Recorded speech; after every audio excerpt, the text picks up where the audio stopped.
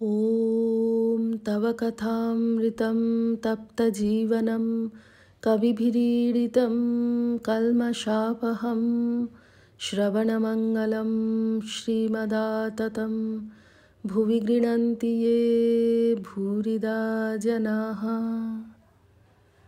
শ্যামপুকুর বাটিতে ভক্ত সঙ্গে ঠাকুর শ্রীরামকৃষ্ণ 1885 22শে অক্টোবর। শ্রীরামকৃষ্ণ ডাক্তারের প্রতি ওইটুকু বুঝা শক্ত, তিনি সরাট, তিনি বিরাট, যাঁরই নিত্য তাঁরই লীলা। তিনি মানুষ হতে পারেন না, এ কথা জোর করে আমরা ক্ষুদ্র বুদ্ধিতে কি বলতে পারি? আমাদের ক্ষুদ্র বুদ্ধিতে এসব কথা কি ধারণা হতে পারে? 100 ঘটিতে কি 400 দুধ ধরে? তাই সাধু মহাত্মা যারা ঈশ্বর লাভ করেছেন তাঁদের কথা বিশ্বাস করতে হয়। সাধুরা ঈশ্বর চিন্তালয়ে থাকেন, যেমন উকিলরা মোকদ্দমালয়ে থাকে। তোমার কাকভূষণ্ডির কথা কি বিশ্বাস হয়? ডাক্তার: যেটুকু ভালো বিশ্বাস করলুম, ধরা দিলেই চুকে যায়, কোনো গোল থাকে না। রামকে অবতার কেমন করে বলি? প্রথমে দেখো বালিবধ, লুকিয়ে চোরের মতো বান মেরে তাকে মেরে ফেলা হলো। এ তো মানুষের কাজ, ঈশ্বরের নয়। গিরিশ ঘোষ: মহাশয়, এ কাজ ঈশ্বরই পারেন। ডাক্তার: তারপর দেখো সীতাবর্জন। গিরিশ: মহাশয়, এ কাজও ঈশ্বরই পারেন, মানুষ পারে না। ঈশান ডাক্তারের প্রতি: আপনি অবতার মানছেন না কেন? এই বললেন, যিনি আকার করেছেন তিনি সাকার, যিনি মন করেছেন তিনি নিরাকার। এই আপনি বললেন ঈশ্বরের কাণ্ড সব হতে পারে। শ্রীরামকৃষ্ণ হাসিতে হাসিতে: ঈশ্বর অবতার হতে পারেন এ কথা যে ওর সায়েন্সে নাই, তবে কেমন করে বিশ্বাস হয়? সকলের হাস্য। একটা গল্প শোনো। একজন এসে বললে, ওহে, ও পাড়ায় দেখে এলুম অমুকের বাড়ি হুড়মুড় করে ভেঙে পড়ে গেছে। যাকে ও কথা বললে সে ইংরাজি লেখাপড়া জানে। সে বললে, দাঁড়াও, একবার খবরের কাগজখানা দেখি। খবরের কাগজ পড়ে দেখে যে বাড়ি ভাঙার কথা কিছুই নাই। তখন সে ব্যক্তি বললে, ওহে, তোমার কথায় আমি বিশ্বাস করি না। কই, বাড়ি ভাঙার কথা তো খবরের কাগজে লেখা নাই, ওসব মিছে কথা। সকলের হাস্য। গিরিশ ডাক্তারের প্রতি: আপনার শ্রীকৃষ্ণকে ঈশ্বর মানতে হবে, আপনাকে মানুষ মানতে দেব না। বলতে হবে ডেমন অর গড। শ্রীরামকৃষ্ণ: সরল না হলে ঈশ্বরে চট করে বিশ্বাস হয় না। বিষয় বুদ্ধি থেকে ঈশ্বর অনেক দূর। বিষয় বুদ্ধি থাকলে নানা সংশয় উপস্থিত হয়, আর নানা রকম অহংকার এসে পড়ে। পাণ্ডিত্যের অহংকার, ধনের অহংকার, এই সব। ইনি অর্থাৎ ডাক্তার কিন্তু সরল। গিরিশ ডাক্তারের প্রতি: মহাশয়, কি বলেন? কুরুটের কি জ্ঞান হয়? ডাক্তার: রাম বলো, তাও কখনো হয়? শ্রীরামকৃষ্ণ: কেশব সেন কি সরল ছিল! একদিন ওখানে অর্থাৎ রাসমণির কালীবাড়িতে গিয়েছিল। অতিথিশালা দেখে বেলা 4টের সময় বলে, হাঁগা, অতিথি কাঙালদের কখন খাওয়া হবে? বিশ্বাস যত বাড়বে জ্ঞানও তত বাড়বে। যে গরু বেছে বেছে খায় সে ছিড়িক ছিড়িক করে দুধ দেয়। যে গরু শাক পাতা, খোসা, ভুসি যা দাও গপ গপ করে খায় সে গরু হুড় হুড় করে দুধ দেয়। সকলের হাস্য। বালকের মতো বিশ্বাস না হলে ঈশ্বরকে পাওয়া যায় না। মা বলেছেন, ও তোর দাদা। বালকের অমনি বিশ্বাস যে ও আমার 16 আনা দাদা।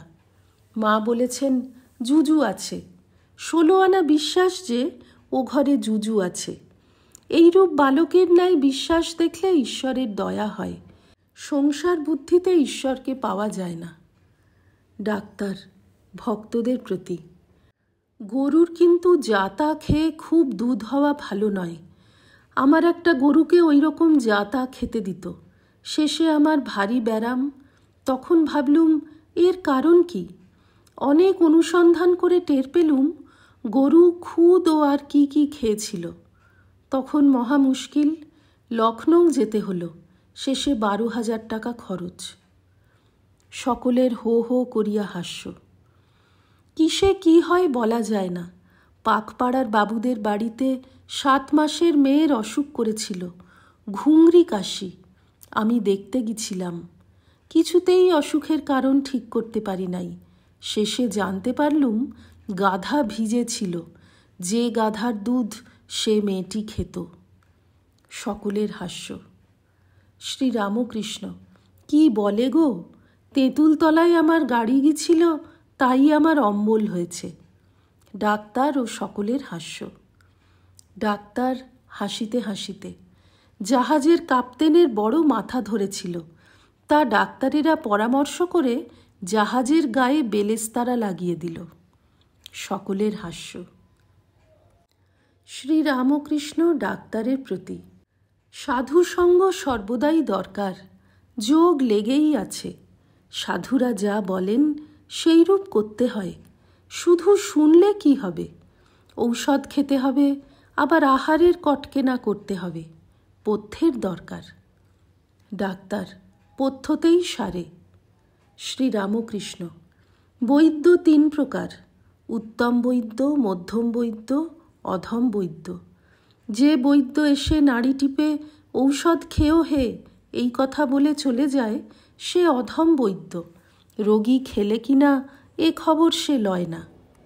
আর যে বৈদ্য রোগীকে ঔষধ খেতে অনেক করে বুঝায়, মিষ্ট কথাতে বলে, ওহে ঔষধ না খেলে কেমন করে ভালো হবে, লক্ষ্মীটি খাও, আমি নিজে ঔষধ মেরে দিচ্ছি, খাও, সে মধ্যম বৈদ্য। আর যে বৈদ্য রোগী কোনো মতে খেলে না দেখে বুকে হাঁটু দিয়ে জোর করে ঔষধ খাইয়ে দেয়, সে উত্তম বৈদ্য। ডাক্তার, আবার এমন ঔষধ আছে যাতে বুকে হাঁটু দিতে হয় না, যেমন হোমিওপ্যাথিক। শ্রীরামকৃষ্ণ, উত্তম বৈদ্য বুকে হাঁটু দিলে কোনো ভয় নাই। বৈদ্যের মতো আচার্যও 3 প্রকার।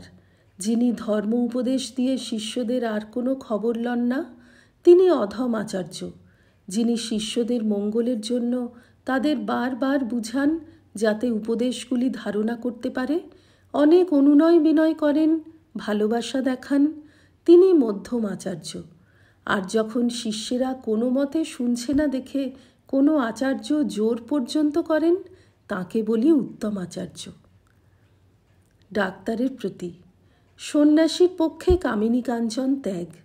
স্ত্রীলোকের পট পর্যন্ত সন্ন্যাসী দেখবে না। স্ত্রীলোক কিরূপ জানো? যেমন আচার তেঁতুল, মনে করলে মুখে জল সরে। আচার তেঁতুল সম্মুখে আনতে হয় না। কিন্তু এ কথা আপনাদের পক্ষে নয়, এ সন্ন্যাসীর পক্ষে। আপনারা যতদূর পারো স্ত্রীলোকের সঙ্গে অনাসক্ত হয়ে থাকবে।